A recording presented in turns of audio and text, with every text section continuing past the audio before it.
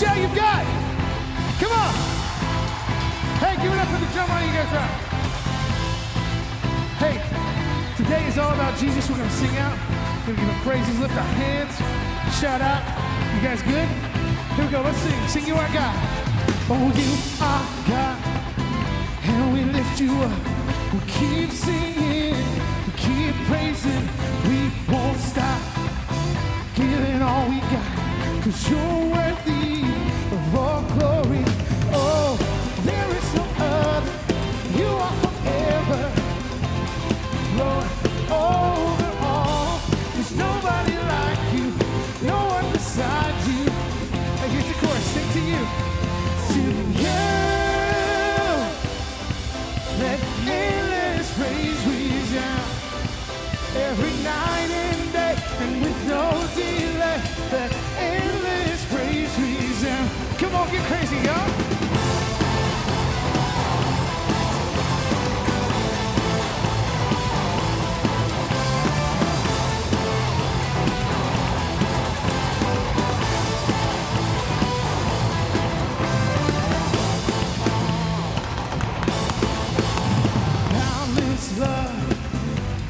For the sun, your glory, eternal, never stop. Giving all you got, creation, keep singing. Oh, there is no other. You are forever, Lord, over all. There's nobody like you, no one beside you. Sing to you, to you.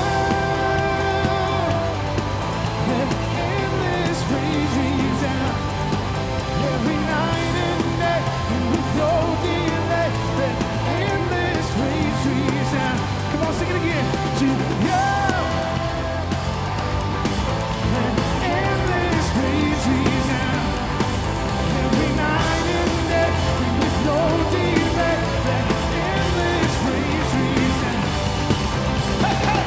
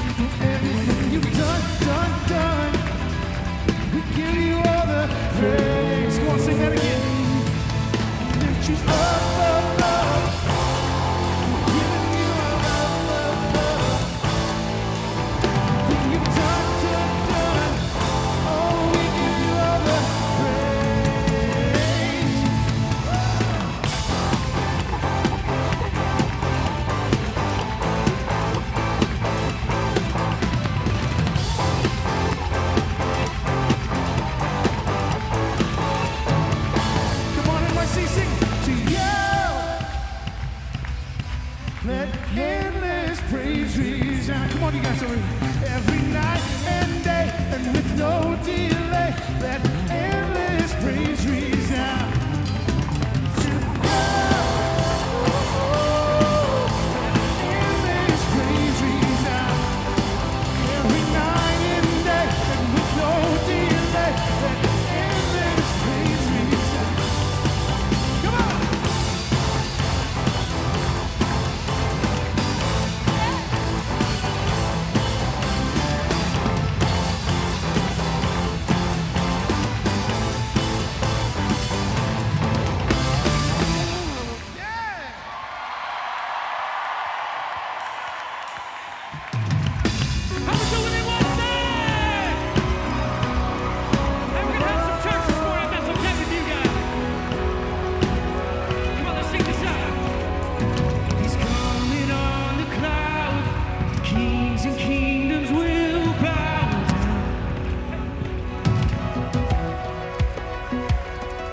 And every chain will break, his broken hearts declare his praise. For who can stop the Lord Almighty? Listen to this up. Our God is the Lion of Judah. He's roaring with power, he's fighting our battle. Every knee will bow before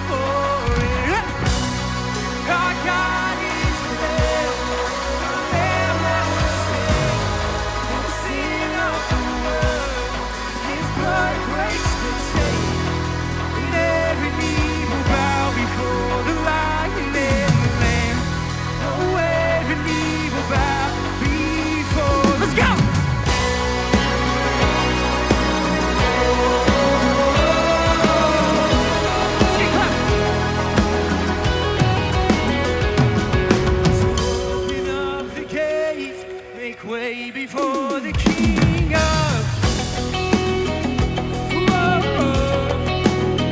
Hey. The God who comes to save is here to set the captives free. Oh, who can stop us? Sing this like you believe it. Come on. Hey. Our God is the light of Judah. He's rolling with power and fighting our battle. Every knee will bow before it. Our God is the Lamb that was slain. The sin of the world, His blood breaks the chain. And every knee will bow before the Lion and the Lamb. Oh, every knee will bow before it. For who can stop the Lord Almighty? Who can stop the Lord Almighty? You sing that out. Who can stop the Lord? Now, come on, let's lift this up. Who can stop the Lord Almighty? For I'm convinced that nothing in heaven, nothing on earth can keep us from the love of Christ. Can keep us from His grace. Can keep us from His mercy. You believe that this morning? You believe that this morning? He's the only one we're lifting up today, okay? Sing this out together. Come on, let's go. Yeah. Our God is the Lion of Judah. He's rolling with power and fighting our battle. Every knee will bow before it. Our God is the Lamb that was slain. The sin of the world, His blood breaks the chain. Every knee will bow before the Lion and the Lamb.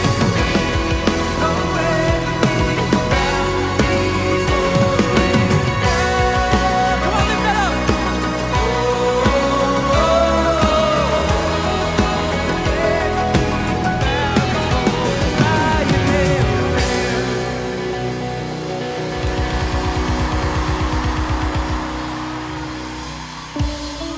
How y'all feeling?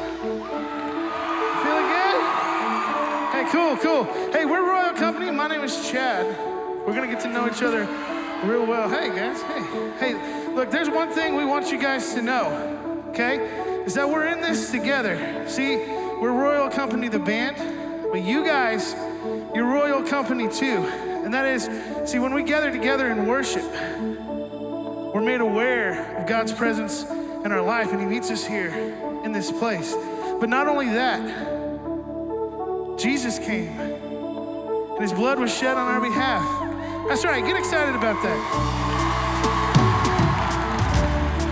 It was shed on our behalf, and through His blood, we are adopted as sons and daughters of the Most High God. And so this next song was written out of a place of finding our identity in Christ. So we're gonna teach you the chorus.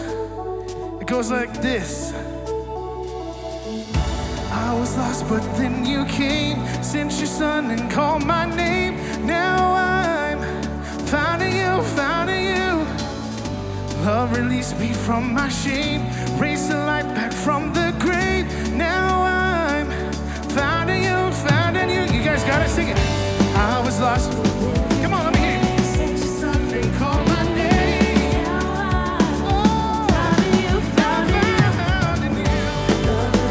From my shame, raised the light back from the grave.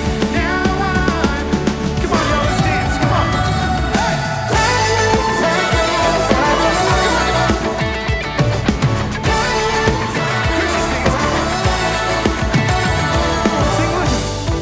Looking for a place to call my home, wondering if I'll ever be enough. Hopeless, searching for a higher love, but you found me, and now I'm changed by what you've done. All right, here's the chorus, let's do it. I was lost, but then you came, sent your son and called my name. Now I'm finding you, finding you. Love released me from my shame, life back from the grave. Now I'm found in you, found in you. Come on, hey!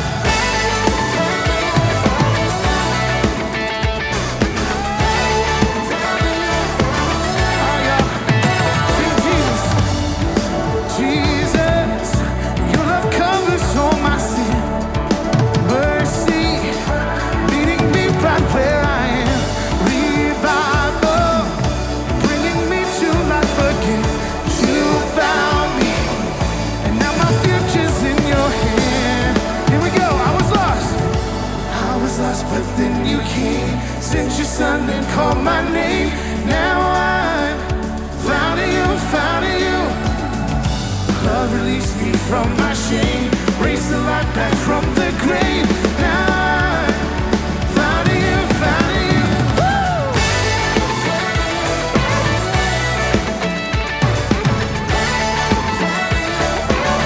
Sing you lead, I follow. You lead, I follow. With every breath I take, with every word I say, my life in your hands. The more I find who you are, the more I know who I am. All right, everybody, from the front to the back, bottom to the top, put your hands together. Yeah, like that. Sing it, here we go. I was lost, but then you came. Sent your son and called my name. Now I'm found in you, found in you. Love released me from my shame, raised the life back from the grave. Now I'm found in you, found in you. Woo!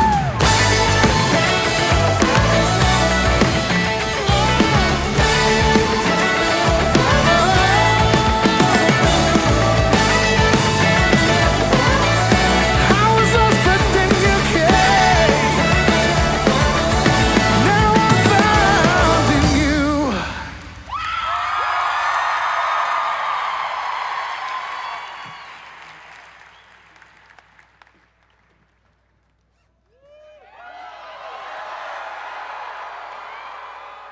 Aloha NYC 2019!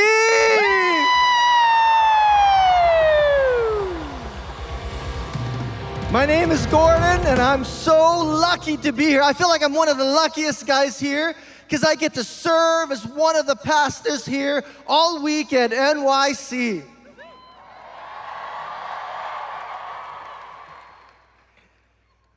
With my beautiful aloha shirt and my warm aloha greeting, you probably guessed that I'm from Canada. Yeah! I think they're buying it. You think so? Yeah. Welcome, Canada. I know you guys have come from a long, long way, and we sure appreciate you guys being here. We're grateful.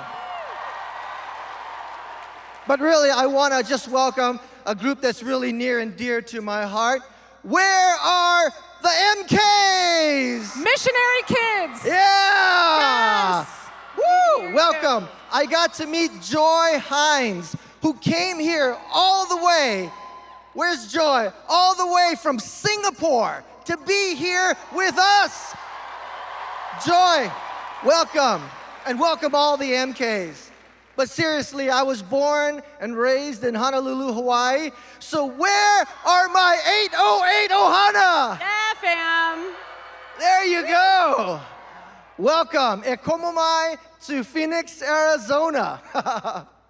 Well, I get the privilege to serve as one of the pastors here all week long, and I'm excited about exploring the depth of our theme of love God and love others, along with Me. Hi, everyone.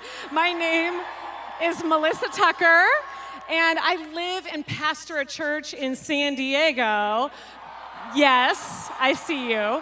But I was raised right here in the Valley of the Sun. So where are my desert rats at? Yeah, desert people. Yes, it feels so good to come home. I actually marched in the drum line for Gilbert High School right here. Yes. Well, like Gordon said, we are the pastors here this week, and we're going to do the things that pastors do. We're going to ask good questions about who God is, why God is, what God is, and what that means for us. We are going to help guide you through some prayer times, reflect on the sermons that we hear together. We also are available for you throughout the whole days that we're together, so seek us out. We would love to hang out with you. As a way to center ourselves and seek God together, please join us in prayer. God, as we pause in this moment that is full of so much good energy, we know you have been here long before we got here. And we want you to know that you are so welcome here, God. And we want you to see, God, that everything that we do with our lives is a sign of love for you, is an act of worship to you, including saying yes to coming here. See this as a sign of obedience, God, that we have chosen to be here, regardless of what's happening in our lives. We here today come with so much joy and things we're celebrating, but also some pain and the doubts that we have. And thank you, God, that all of that is welcome. Thank you for adopting us as sons and daughters and caring about the little and the large details of our lives. As we continue in worship, God, would you live in the praises of your people? We give this time to you. It's in Jesus' name we pray. Amen. Amen.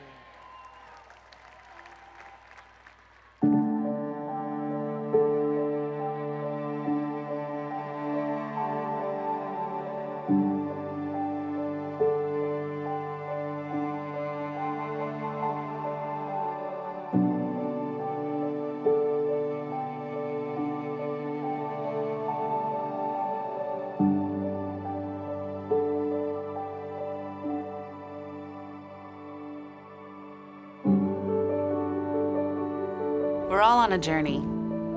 Some of us are just getting started and some of us are further along. And on this journey, we're gonna have a lot of experiences. We're gonna see beautiful mountaintops in the lowest of valleys, the driest of deserts. But we can know that we've got one that's with us through all of it. We have a God who stays by our side. We have a God that doesn't just love us, but who is love through and through. We have a God that is worthy of all of our praise. Did you know that we were made to worship? Did you know that we have an instinct to worship the things that we love? He doesn't need our worship. Our worship doesn't make him better. Our worship doesn't make him a more powerful and almighty God.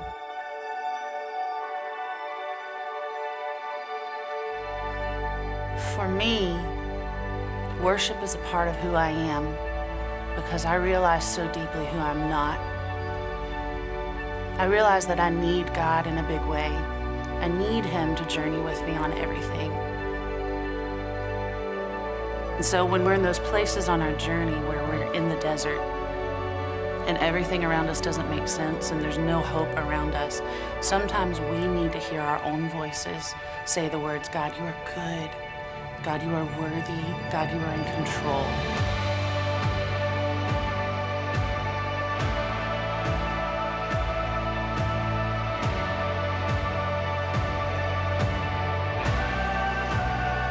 We can trust him in all of our journey, and we can trust him on where we've been and on where we're going.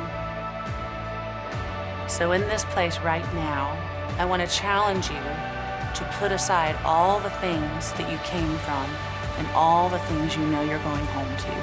And I want you to sit in this place here. I want you to sit in God's presence and trust that he is right here in our midst and that he has a huge plan for your life this week. I don't want you to miss it.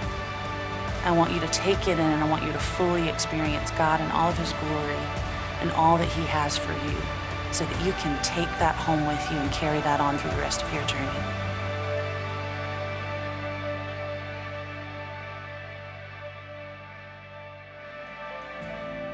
Let's sing this together.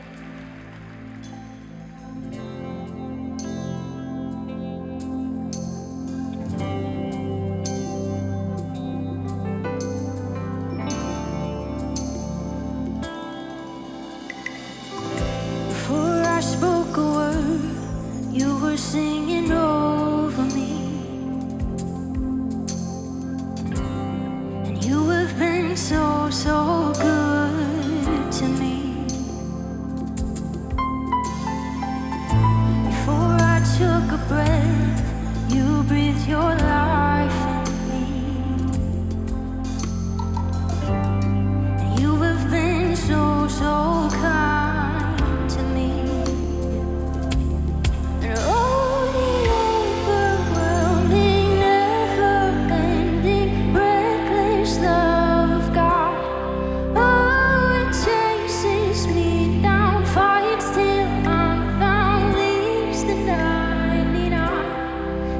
couldn't earn it, I don't deserve it. Still, you give yourself away. And all the overwhelming, never-ending, reckless love of God. Yeah.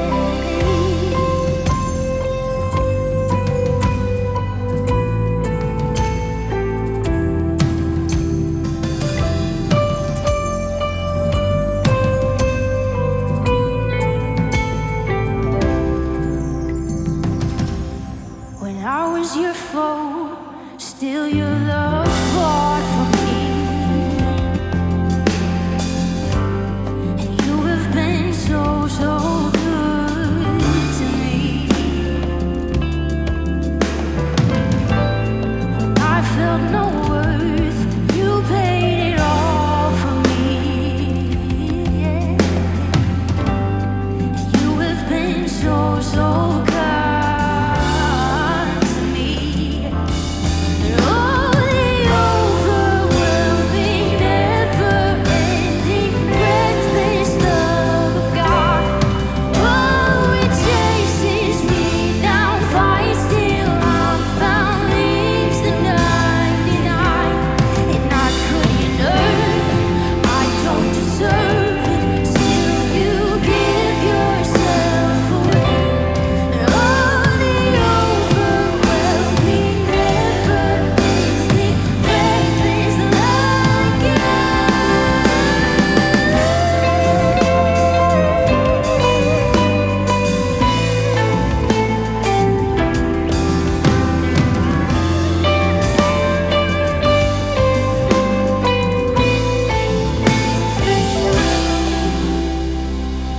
There's no shadow you won't light up, mountain you won't climb up, coming after me.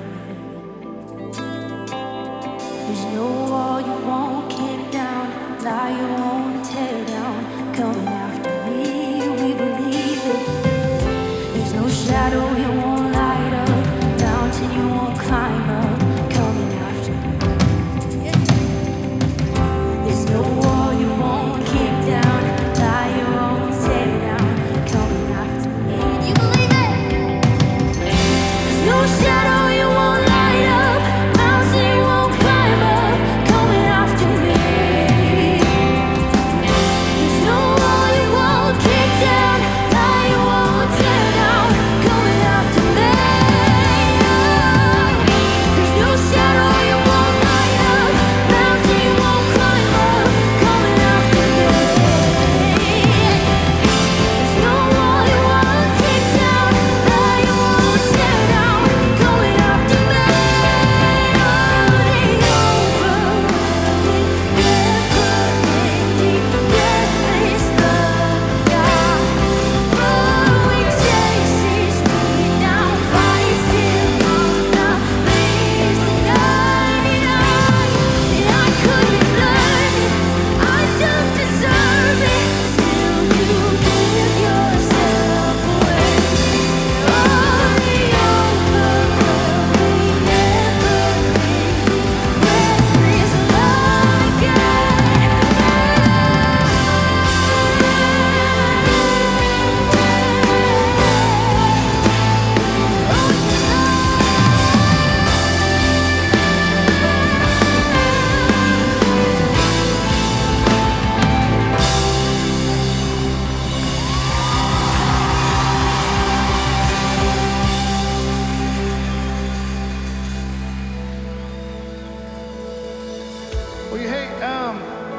Well, true love is something that's hard to come by.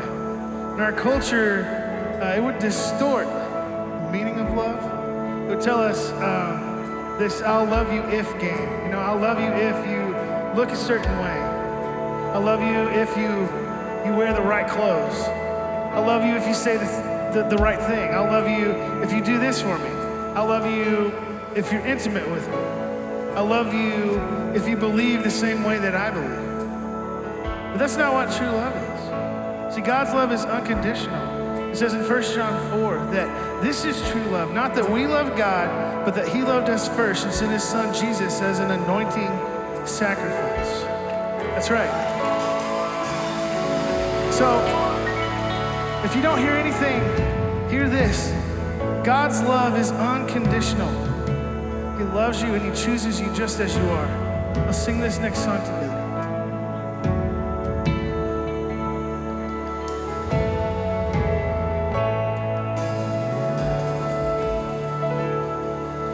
I've only seen a love full of condition, hiding with the fear that it can bring. And I've searched the world to get a taste of heaven, but all along it was heaven chasing me. Here's the chorus, sing it loud. Your love is the real thing. It's the real thing. It's the air I breathe. And your love is gonna hold on me, and it's holding me. It is everything. It's the real thing.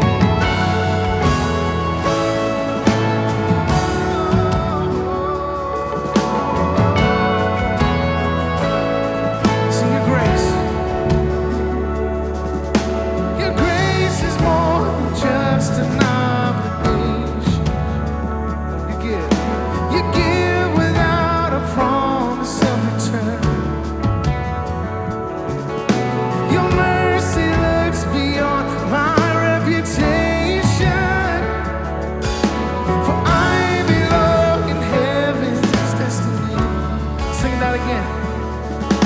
Yes, I belong in heaven's destiny. Your love is the real thing. It's the real thing. It's the air I breathe. Your love has got a hold on me, and it's holding me. It is everything. It's the real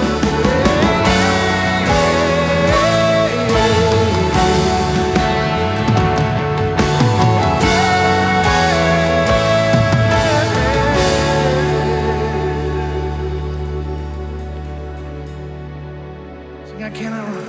I cannot run. I can't explain it.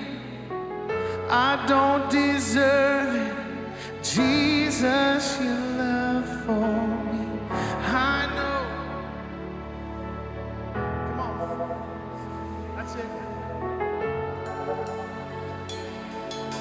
Jesus, your love for me. It's not disappointing. Won't leave me wanting. It's overwhelming. Jesus, your love for me. No, I need it. I know I need it. I know it's worth it. The cross, it proves it. Jesus, your love for me. Your love is the real thing. It's the real thing. It's the air I breathe. Your love has got a hold on me, and it's holding me. It is everything. Yes, your love is the real thing. It's the real thing. It's the air I breathe. Your love has got a hold on me, and it's holding me. It is everything.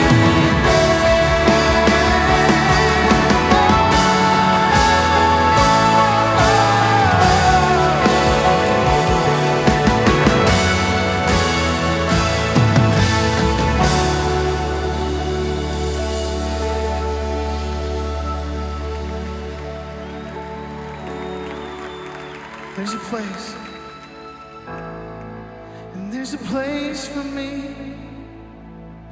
and it's heavenly at the table with the King. And it's the real thing.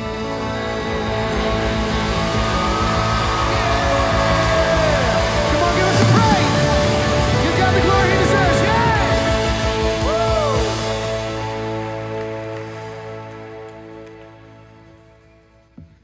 Matthew 22:34-40.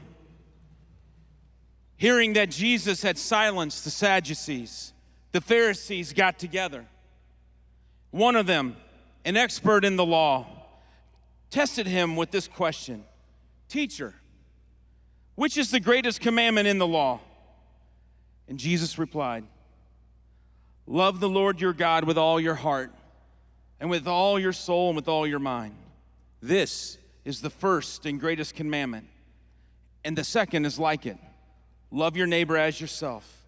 All the law and the prophets hang on these two commandments."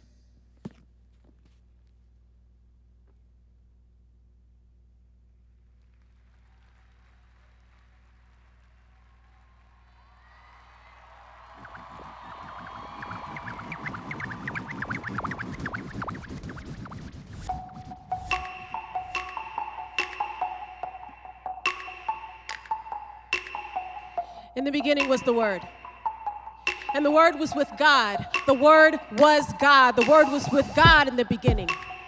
Through him all things were made, and without him nothing was made that has been made. In him was life, and that life was the light of humanity. The light shines in darkness, but the darkness cannot recognize it. The true light, who gives light to everyone, was coming into the world. He was in the world. And though the world was there through him, the world didn't even notice. He came to that which was his own, but his own did not receive him. Even in his own land and among his own people, he wasn't wanted. But to those who believed him, to those who accepted him, to those who believed he was how he claimed and would do what he said, he gave them the right to become children of God, and the Word became flesh, made his dwelling among us. The Word became human, lived here on earth among us. The Word became flesh and blood and moved into the neighborhood. God is here, right here in this room, in your heart. God is near, nearer than breath, heartbeat, nearer than you are to you, closer than second chance or next opportunity, closer than tonight or yesterday. God is real, more real than touch, see, hear, smell, taste, more real than reality. God is our reality. God is beauty and oranges and blues in every hue, in every shade, sunset and sunrise. Whisper God's name. God is holy, cannot be touched, explains like sweet seconds of prayer, like grandmother on knees, wood floor bare. God is old hymns, the extending of limbs, stretched across trees, stripes to heal disease. God is Son, distinctly three, distinctly one, the only wise, the only resurrector of lives. There is no earthly throne that can house God, no amount of elegant words that can espouse God. God is moments and voice, power of choice, in word and deed, in fruit and seed, nailed hands, nailed feet, innocent wounds that bleed. God is believed. God is all. God is call and purpose. Everything we can sacrifice, God's worth it and more, much more. Our good deeds are mere pennies, will never even the score. God is behold and wow. God is who, what, when, why, how.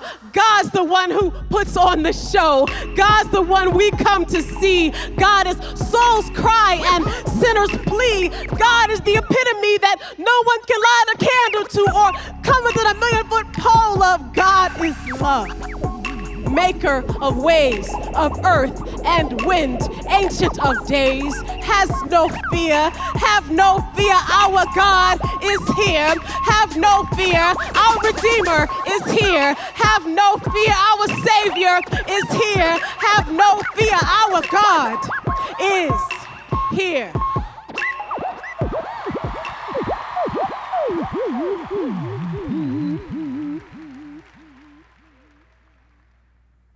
What's up, NYC? Watch me. So I got to be here about 4 years ago with a few of y'all. And none of y'all booed, so they've invited DJ Updiggy and I back. We married. Watch me. I'm married to him. Hey, girl. Me too. I feel that exact same way.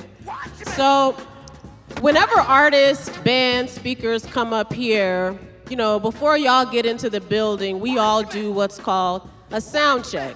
That's where we check our mics, we check the speakers, the audio team here, they make sure everything sounds great. So we already did our sound check, but you know who didn't get a sound check? You didn't. So Obdiggy and I want to just do a sound check in this room right here so we can hear if y'all are in here. So, Obdiggy, let's try just one little sound check and see what we got in the room. Do that one dance, baby. That one dance. Yeah. Juju on that beat, juju on that beat, juju on that, juju on that, juju on that beat. Now slide. I see him down here. Hit don't for no stop. Hey. Don't stop. Hey. Don't Hey. stop. Hey. Run a man on that beat. Ay, run a man on that beat. Ay, run a man on that beat. Ay, run a man on that beat. Now do your dance, do We your celebrate dance, do that. your dance. Ay, I see that dance. you ugly. I see that. You your daddy's son. All right, y'all did pretty good. Obdiggy, I mean, let's try another one and just see.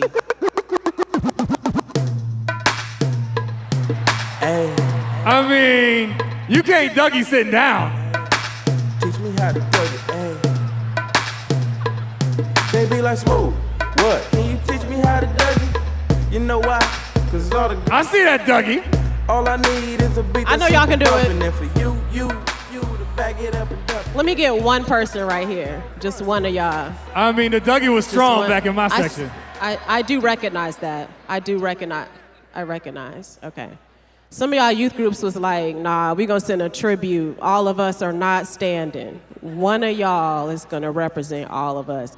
Okay, so Obdiggy and I are gonna try something that's very old school. We hope that we don't get embarrassed, but we're gonna try it real fast.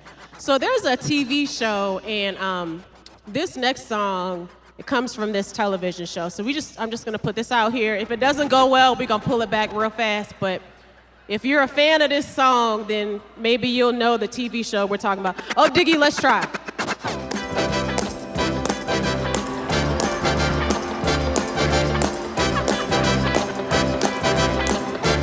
That's right.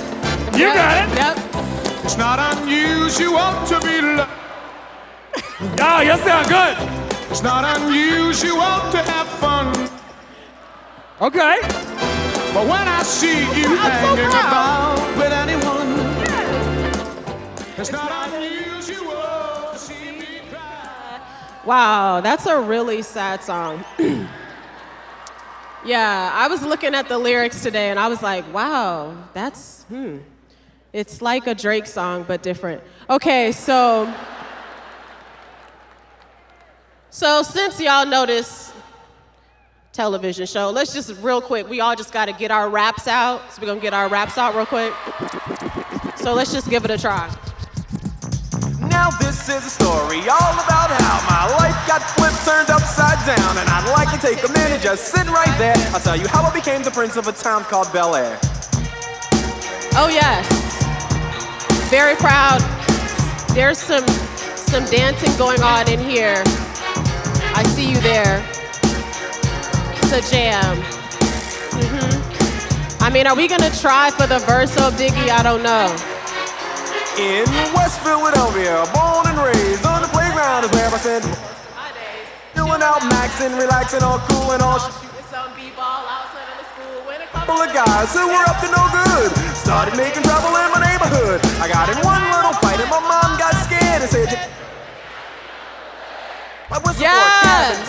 I want you to give yourselves a big old hand for that because I feel really proud. Y'all didn't leave Up Diggy and I out here embarrassed because we were alive when the show originally came on. Some of y'all leaders remember that. I was so excited. I was like, oh my gosh, this is amazing.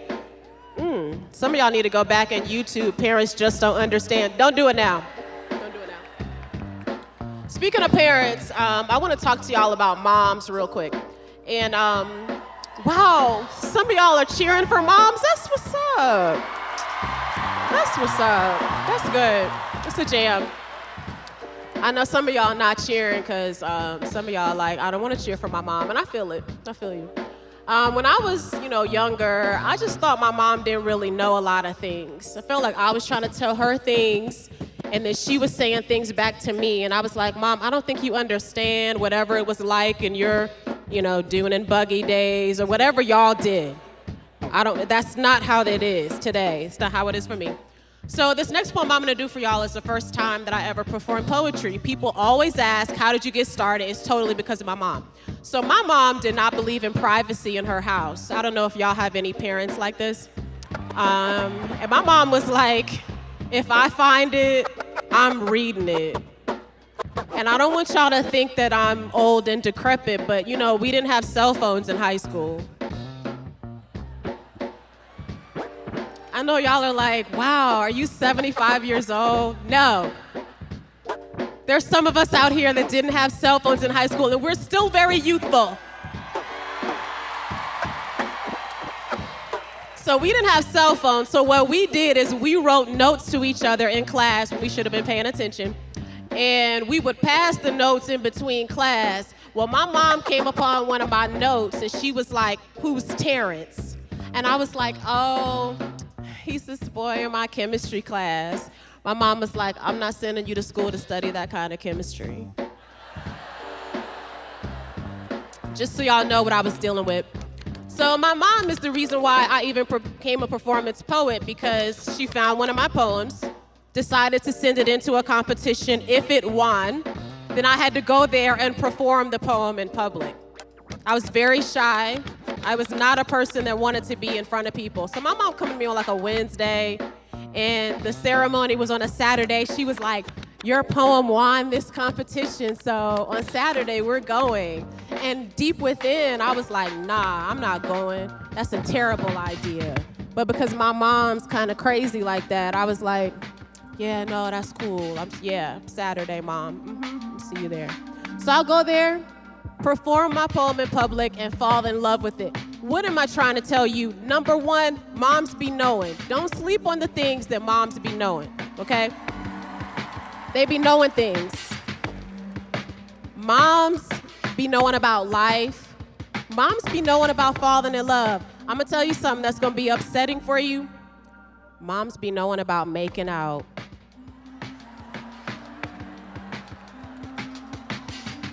Somebody right here just threw up. They were like, no, yes. You think you are new to this. Yo mama made out with somebody one time. I know you're worried about it. You're worried. But I'm gonna tell you, your mom be knowing, okay? So here's this next poem. This poem is called Roots and Wings, and I first started performing poetry when I was 17 years old. Do I have any 17-year-olds here? That's what's up. So here's this poem, Roots and Wings. I didn't mean to do it. I mean, they sold me out, and as soon as he asked were there any poets in the house, I was the one that got finger pointed, pushed and shoved to the center of a carpet stage, a tiny bookstore in Montgomery, Alabama. It was called Roots and Wings. Shout out to Montgomery. It was called Roots and Wings. And I was probably standing somewhere between Nika Giovanni's love poems, and I know why the caged bird sings. And I think I recall Nathan McCall, because it definitely made me want to holler when I looked out at the 50 some odd of my classmates' faces, staring back at me while I nervously tried my photographic memory, trying to recall the words on a page I'd written over and over again, but never imagined I'd say out loud in front of anyone. I was only 17. But somewhere inside, I found the courage, and it carried me line for line until the end. And even after all the hugs and smiles from friends, I was still shaking. And that's when I knew this was real. That's when I knew that words have wings. They're kind of like birds, but mostly like children who you groom and raise. You hope you shape them well. The sky that has the limit to receive them, that someday somebody will take them home, call them their own. They will find a place to belong. See, I came from a line where righteousness ran through the blood like sugar and Rolling Stone daddies. Maybe those who were pushing me had been here long before my classmates. Maybe my grandmother and my grandfather and their preacher siblings pushed me too. See, they fed me parables, and I acquired a taste for truth. They sit behind pulpits, and I stand behind this mic, but just like them, I gotta get on my knees and hum a prayer when words don't suffice. I gotta learn to sing the hymns that cannot be found in hymn books. Learn to lean on everlasting arms and hold fast to the words only God can write on hearts. Because these hands, they never knew picking cotton, but the hands that did knew how to spin stories, knew how to sew quilt of memory so I could see my family history in a stitch. And every time my grandmother speaks, I realize that words have roots. They're kind of like trees, but mostly like seeds who you groom and raise. You hope you plant them well. They're fertile ground to receive them, that someday somebody will take them home, call them their own. They will find a place to belong. And words keep encouraging me to dream, keep reminding me that God listens when I sing. And that's how I know this is real, and I am still shaking.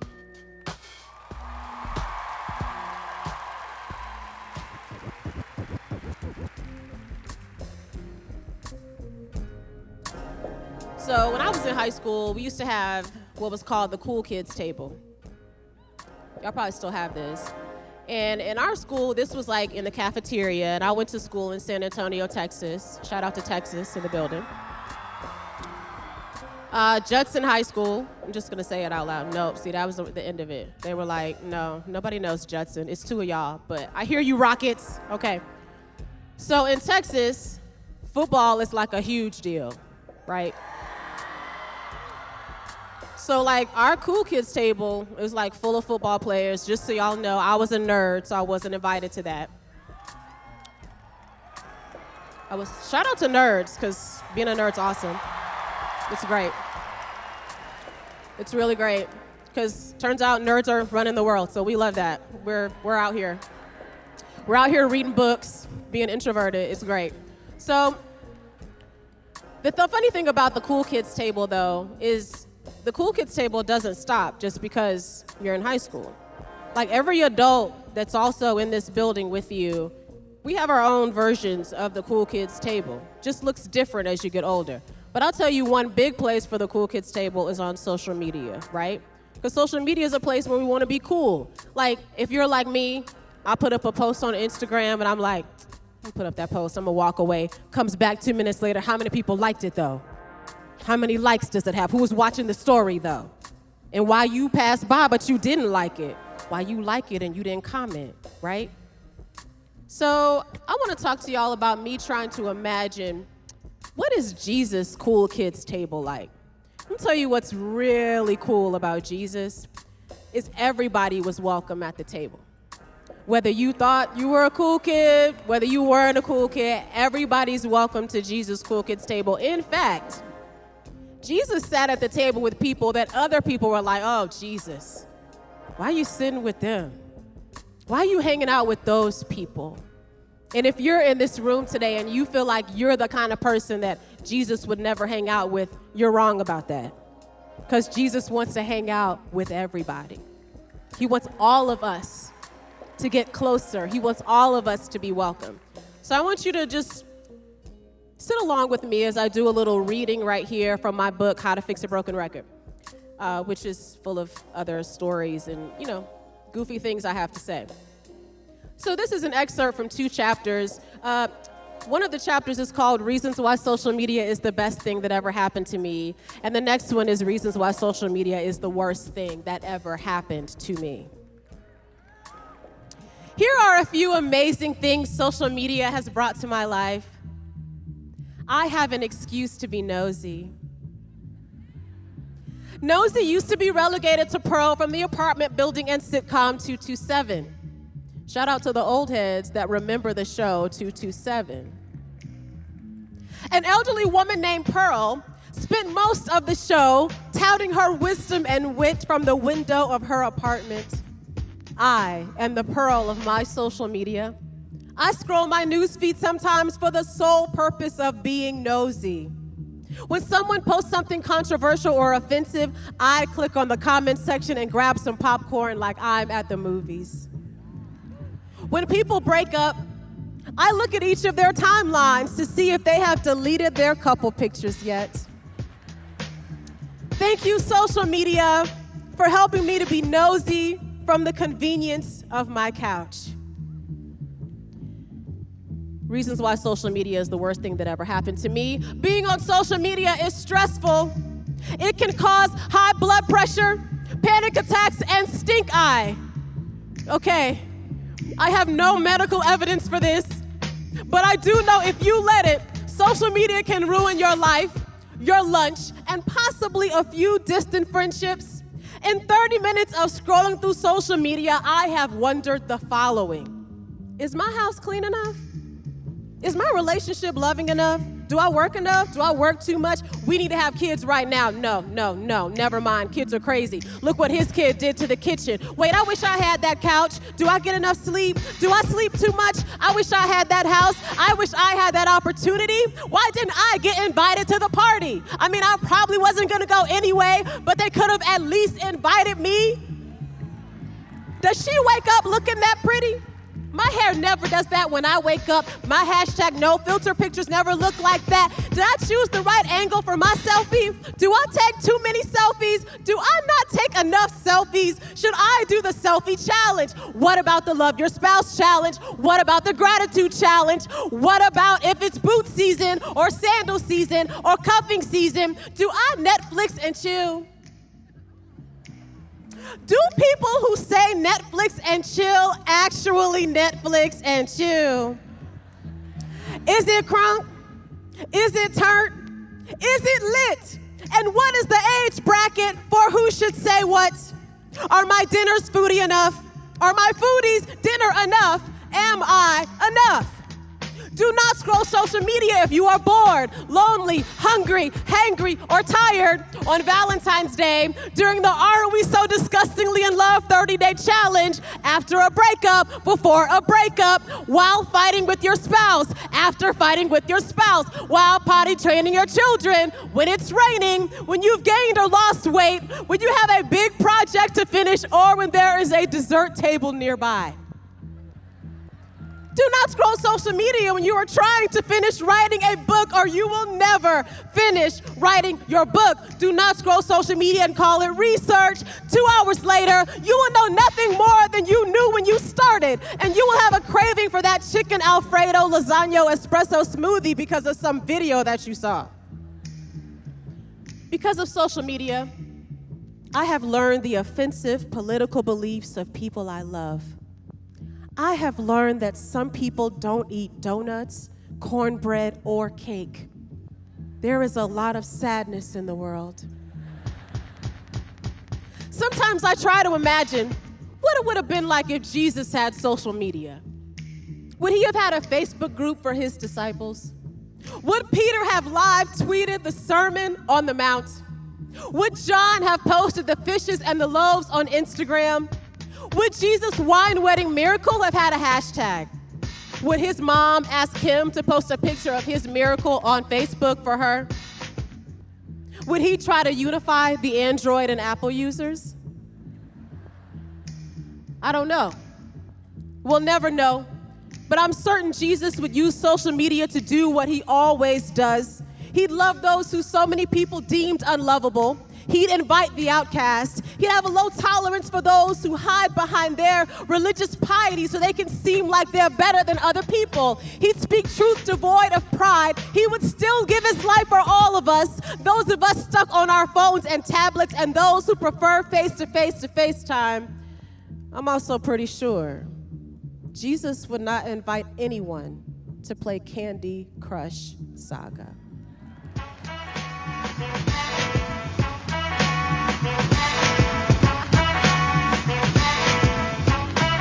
Yes. So, Diggy and I grew up in what we like to call the hip-hop generation. So we're as old as hip-hop culture. And when we say hip-hop, we don't just mean like rap music, okay? We mean like hip-hop as a culture, the fashion, the language. Hip-hop has 5 facets, right? Graffiti, breakdancing, beatboxing, MCing, and DJing, right? So Pink has a song called If God is a DJ, and I was like, yo, that is a really dope idea. Like, why didn't I come up with that? And I was like, I wonder, like, when we get to heaven, is God gonna be there DJing? I mean, is heaven like this big, amazing party and God's there in front of like the most amazing set of turntables, right?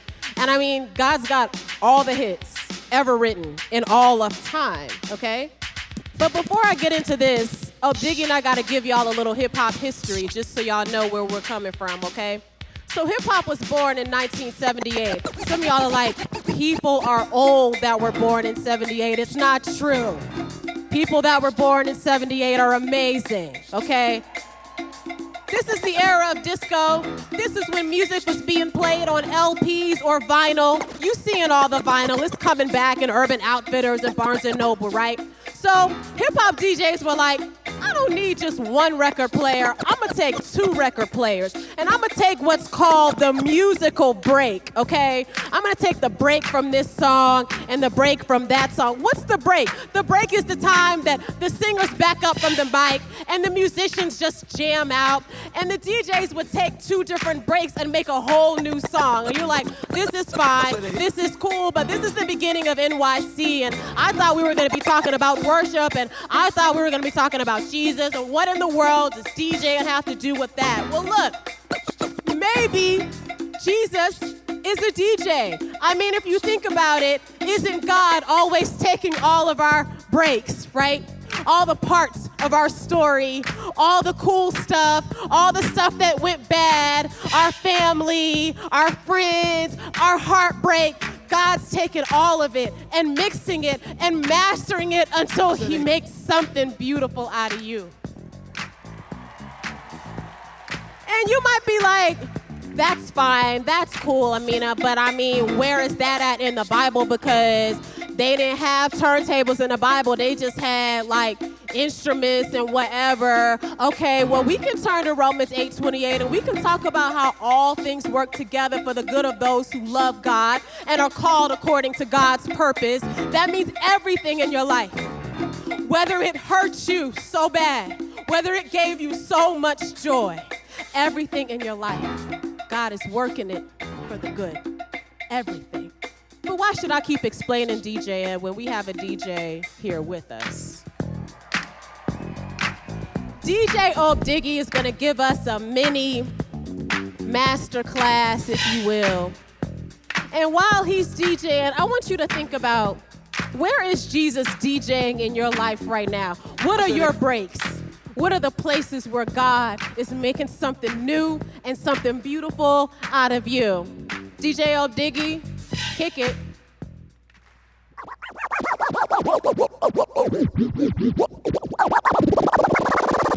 Watch me, oh, watch me, oh, watch me, oh, watch.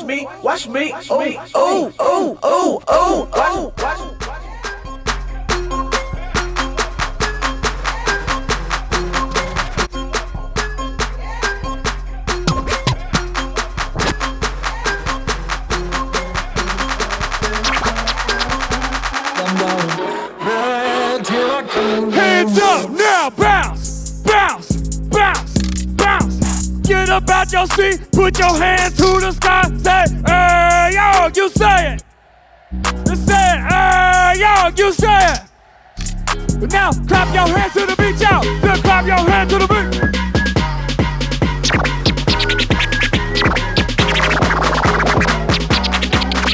Make some noise! I go by the name of DJ O'Diggy. I'm from Atlanta, Georgia. Peace. Show your love for DJ O'Diggy! I really do love him so much. So I got one more poem for y'all. Thank y'all for hanging out with me and O'Diggy this morning. Thank you, NYC, for inviting us back. Shout out to all my Georgia and Atlanta people in the building, too. It's ATL. People don't know. They keep calling it Hot Atlanta. We're trying to tell them. It's ATL. Isn't that right? Mm-hmm. So this last poem, I had a friend of mine come to me. She's not a Christian. She doesn't want to be a Christian. But every now and then she would come to me and ask me about some spiritual things. And I would try my best to explain to her, and I'm pretty sure I didn't do a great job. And she asked me one time, she was like, you keep telling me that I can talk to God myself. Well, if I talk to God, how do I know I'm hearing back from God? And I wrote this poem years later, thinking about how to explain that to her. And I want to say to you, every one of us that's here, those of us who are adults or air quotes old to some of you, although we're very young, we're here because we believe that following Jesus is the best decision you can make with your life. And I don't say it lightly because there's lots of things you can do with your life. You could eat pasta, you could have donuts all the time. Those are also pretty cool choices. But if you're gonna decide something to stake your life on Jesus. And I know just because we're here, and many of you may have been raised in church just like me, doesn't mean that you have a relationship with Jesus for yourself. And that's a part of what the word worship means. It's a big, weighty word. You don't walk around school and throw the word worship around. But when we use that word, what we mean is we want to honor God. We want to have respect for God. We want to have, what O'Diggy and I would say, we want to have mad respect for God. We want to honor God in everything we do with our whole life. So if you're here and you got doubts, you got questions, you're not sure about all of this, we want you to be here. We want you to bring all your questions to the table. We want you to bring every doubt you have to the table because Jesus wants you to be welcome to come to him, whatever is going on in your life.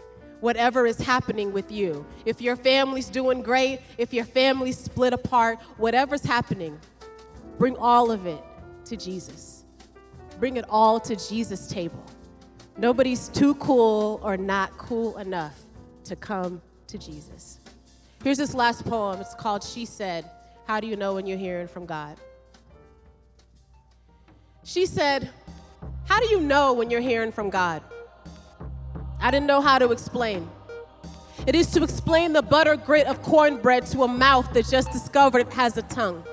The sound of jazz to ears that only ever thought they'd be lobes of flesh. The sight of sunsets to blinded eyes that in an instant can see, to fail at the ability to describe how the scent of baked bread can make the mind recall a memory.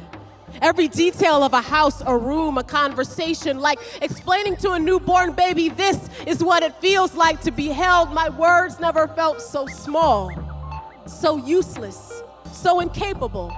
I wanted to tell her, put your hands in the center of your chest, feel the rhythm there. I wanted to tell her, you will find the holy text in so many places. Uncrinkly page of scripture in a dusty hymnal, in the crease of a grandmother's smile, the way she clasps her hands and prays familiar, as if to dignitary and friend, the way she sings a simple song from her spirit and turns her porch into a cathedral. I learned from my great-grandmother how to pray, how to talk to God, how to listen.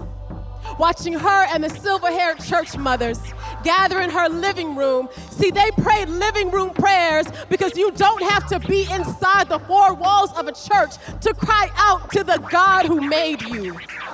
And despite what the laws say, or what our human flaws say. God's ears don't play favorites. God's ears don't assess bank accounts or social status before they attune themselves to the story that your tears or your fears are telling. God's ears are here for the babies, for the dreamers, for the refugee, for the depressed and the lonely, for the oppressed, for those in the middle of a mess or caught just about to clean one up. See, dirt don't scare God's ears. God is a gardener. God knows full well it takes rain and sun and soil to make things grow. I wanted to tell her, to experience God, you might have to be willing to experience what's holy in the places that people don't even deem to be sacred, that sometimes God sits next to you on a bar stool, spilling truth to you like too many beers, that God knows full well the dance we do when we love ourselves so little that just about anyone will do, that God cares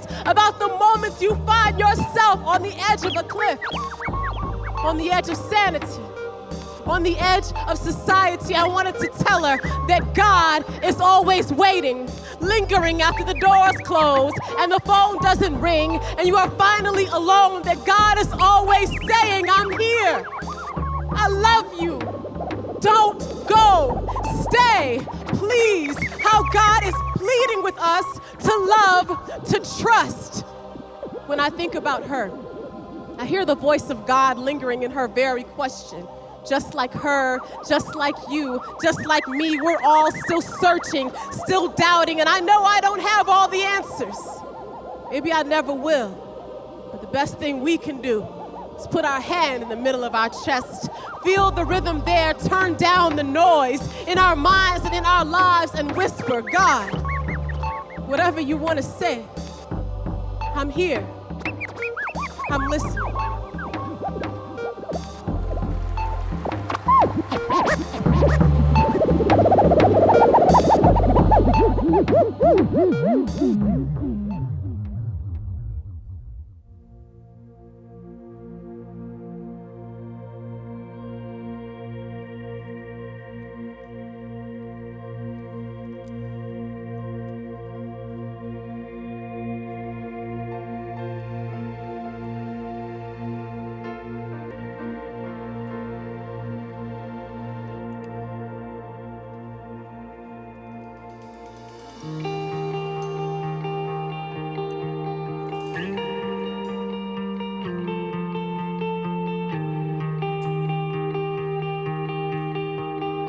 You guys sing this with me when you know it. God of creation, there at the start, before the beginning of time.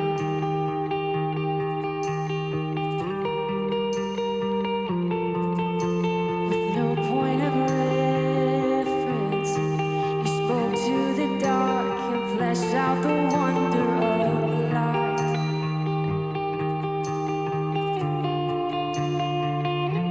As you speak,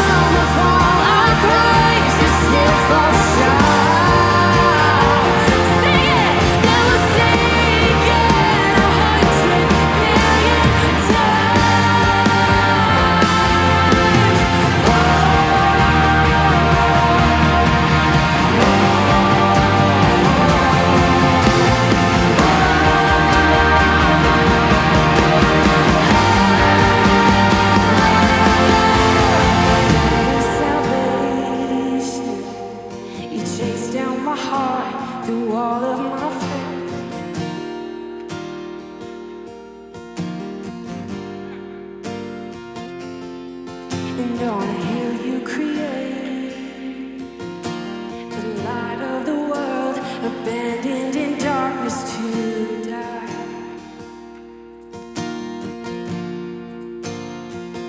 And as you speak, 100 billion failures disappear. Where you lost your life so I could find it here. If you left the grave behind you so light, I can see your heart in everything you've done.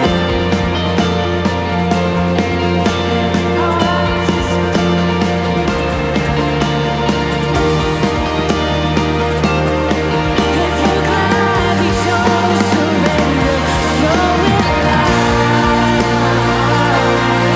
I can see your heart in billion different ways.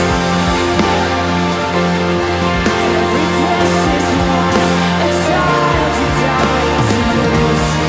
Here it is, and we sing. If you gave your life to love and soul. Every voice in this room, like you would again.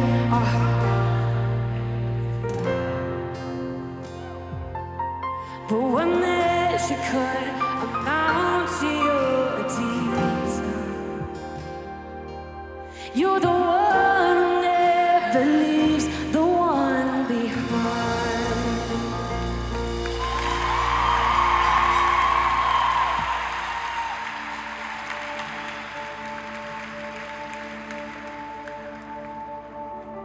You were the word at the beginning, one with God, the Lord Most High. Your hidden glory in creation, now revealed in you are Christ. What a beautiful name it is. What a beautiful name it is. The name of Jesus Christ, my King. What a beautiful name it is. And nothing compares.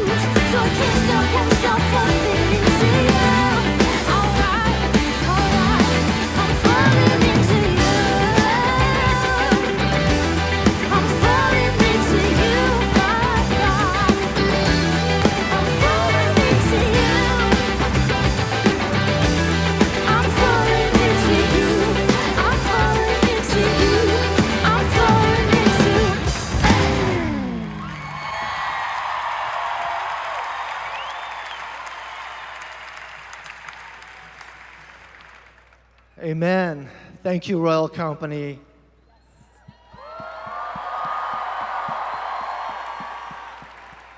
Worship. What a beautiful word that is. But also, what a mysterious word. Because it's something that rocks and trees and the oceans do to God. And worship is something that God created us not only to do, but to be.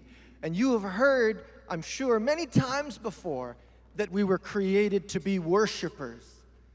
And so when you stop to think about what that means, we were created to be worshipers, it means this: you do not have a choice in the matter.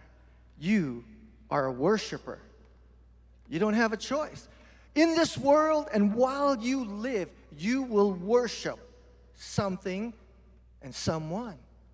And the beauty that God gives us is the opportunity to choose what it is that we worship, and more importantly, who it is that we worship.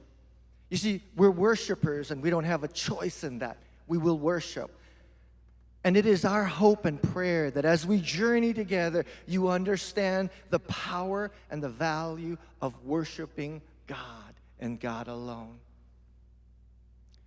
When we come into worship, whether it's with 8,000 of our closest friends, or when we go back home and we're sitting in our church of 70 people, we are still worshiping the same God. And God is our only audience when we come to worship.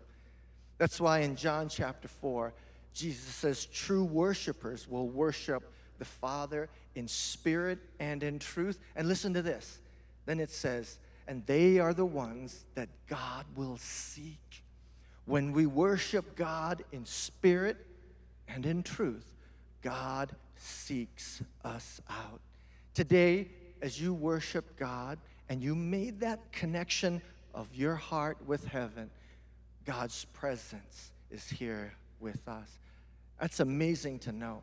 My prayer is that as we journey together, you realize you don't have a choice in the matter. You're a worshiper.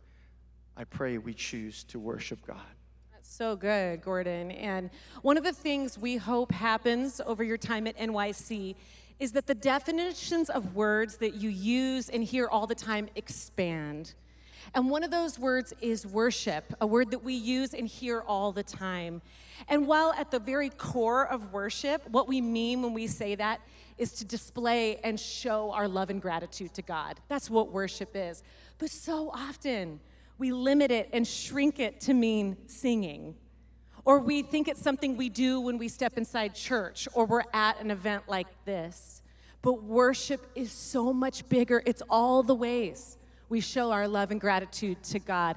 And so while you're at NYC and your understanding of your love for God grows, we are praying that your view of worship expands and grows with it.